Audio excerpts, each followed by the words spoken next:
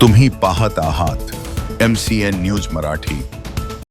बुलढाणा जिल्ह्याच्या संग्रामपूर तालुक्यातील वानखेड येथे पौष महिन्यात दरवर्षी आई जगदंबा देवी यात्रोत्सव मोठ्या भक्तिभावात आणि उत्साहात साजरा केला जातो। या निमित्ताने यावर्षीही यात्रा उत्सव तसेच रथोत्सव, दहीहंडी व भव्य महाप्रसाद वितरणाचे आयोजन करण्यात आले होते। दर्शनासाठी हजारो भाविकांनी उपस्थिती लावली होती, तर संपूर्ण परिसर उत्स्फूर्त भक्तिरसात न्हाऊन निघाला।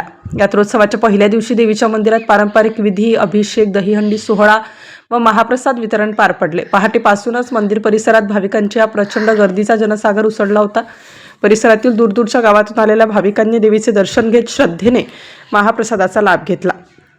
भाविकांसाठी भव्य स्वरूपात महाप्रसादाची व्यवस्था करण्यात आली होती। यावर्षी तब्बल 70 क्विंटल पोळी व 15 क्विंटल उडद डाळीचा महाप्रसाद तयार करून शिस्तबद्ध पद्धतीने वितरण करण्यात आले।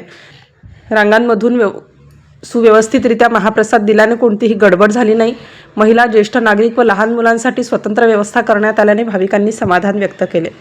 रथोत्सवाच्या दिवशी देवीच्या रथाची पारंपरिक पद्धतीने गावातून भव्य मिरवणूक काढण्यात आली। ढोल ताशांच्या गजरात, जयघोषात आणि भक्तिगीतांच्या निनादात संपूर्ण गाव भक्तिमय झाले होते।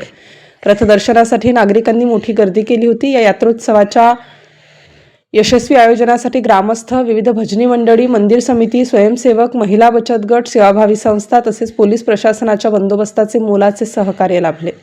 MCN न्यूज मराठीकरिता रवींद्र शिरस्कार, वानखेड।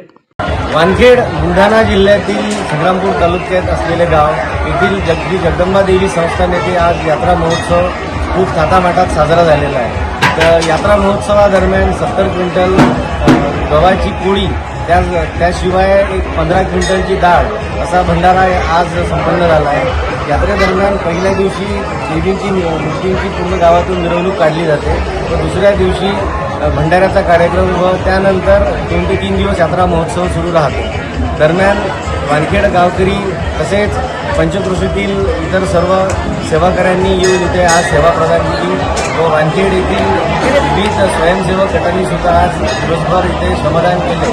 त्याबद्दल मी संस्थांच्या वतीने सर्वांचे आभार व्यक्त करतो। धन्यवाद।